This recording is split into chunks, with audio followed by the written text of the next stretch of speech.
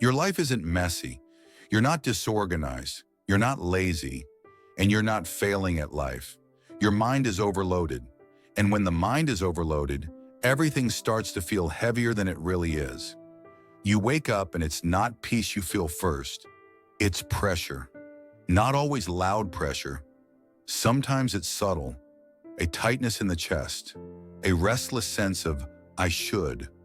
A quiet list running in the background before the day even begins. You open your eyes and your mind is already scanning. What's unfinished? What needs attention? What you forgot? What you still haven't decided?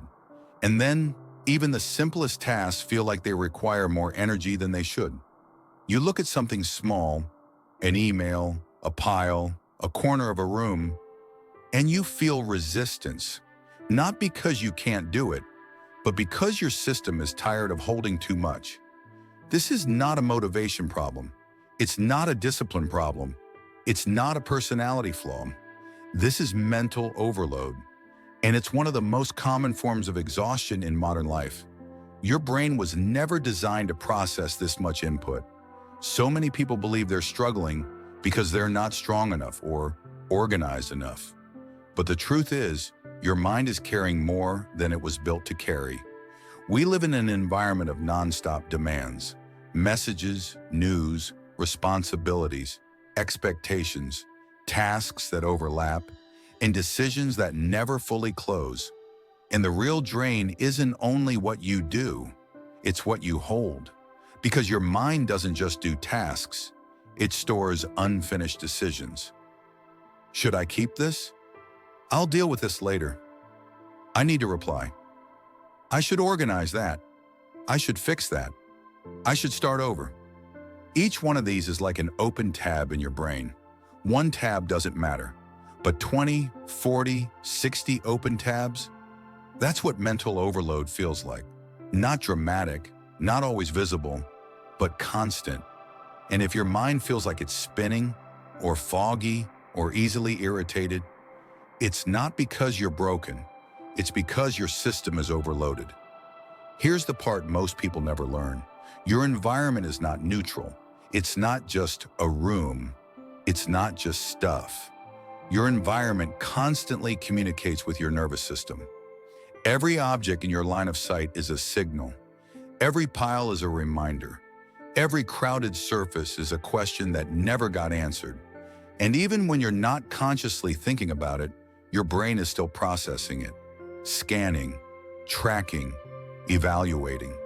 Your mind doesn't see a pile and think, that's a pile.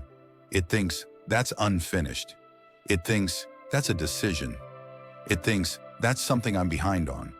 So clutter doesn't just take up space, it takes up mental bandwidth. It keeps your mind slightly alert. It keeps your system slightly tense. It keeps you in a low-grade state of not done yet. And when you live like that long enough, your body starts to treat normal life like a threat. Not a danger threat, a demand threat, a constant sense of, I have to catch up. I'm behind. I need to fix things. And that feeling quietly steals your peace. A lot of people try to solve this by pushing harder. They force productivity, they buy planners, they build systems, they add routines. They try to out-discipline overload. But overload does not come from a lack of effort. Overload comes from accumulation. Too many open loops, too many postponed decisions, too many, I'll do it later. And here's the truth, effort alone cannot resolve accumulation. Only release can, not a dramatic release, not a life overhaul.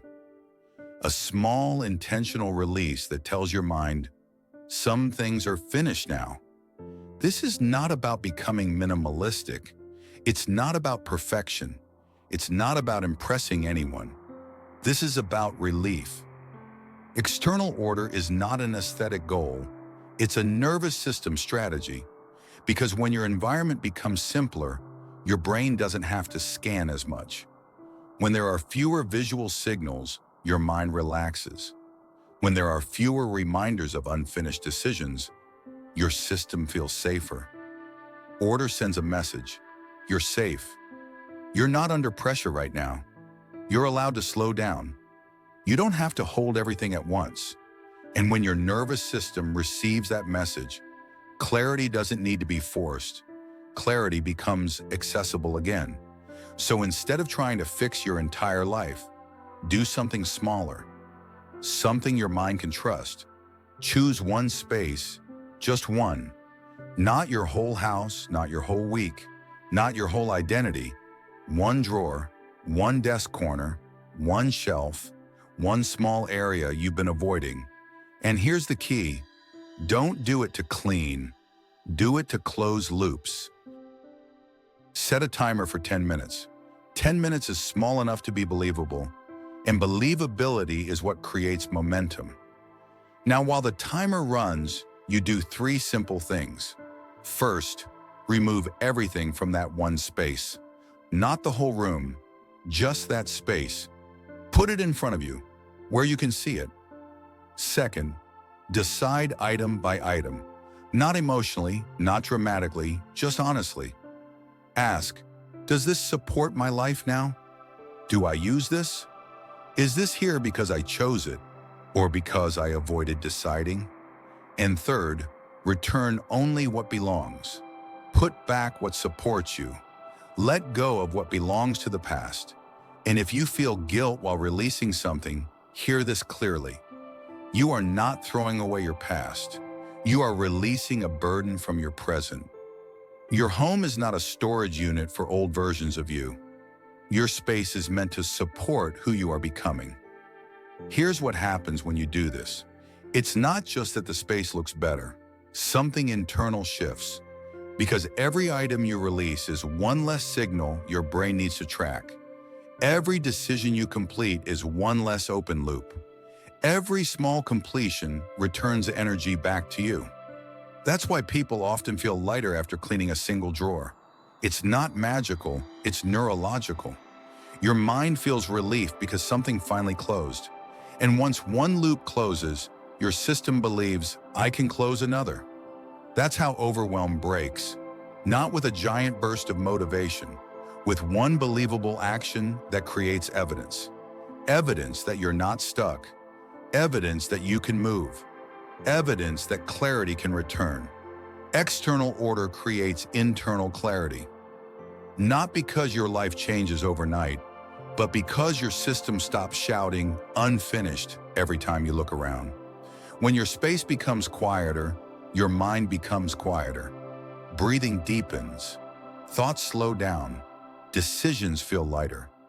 Your attention returns to you, and something else happens too. You start to feel agency again. Not the kind of agency that says, I control everything, but the kind that says, I can choose one thing. I can finish one loop. I can reclaim one small part of my life today. And that is enough to begin. You don't need to do everything today. Just one space, 10 minutes, one decision made with presence.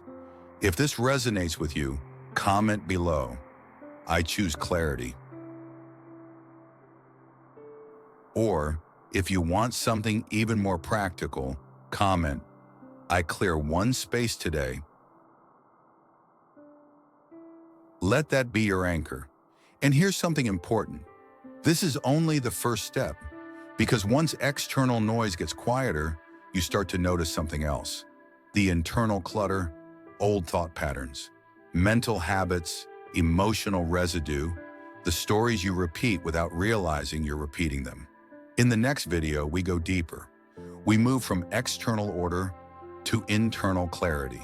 So if you want to continue this reset with me, subscribe, stay close, and meet me in the next one.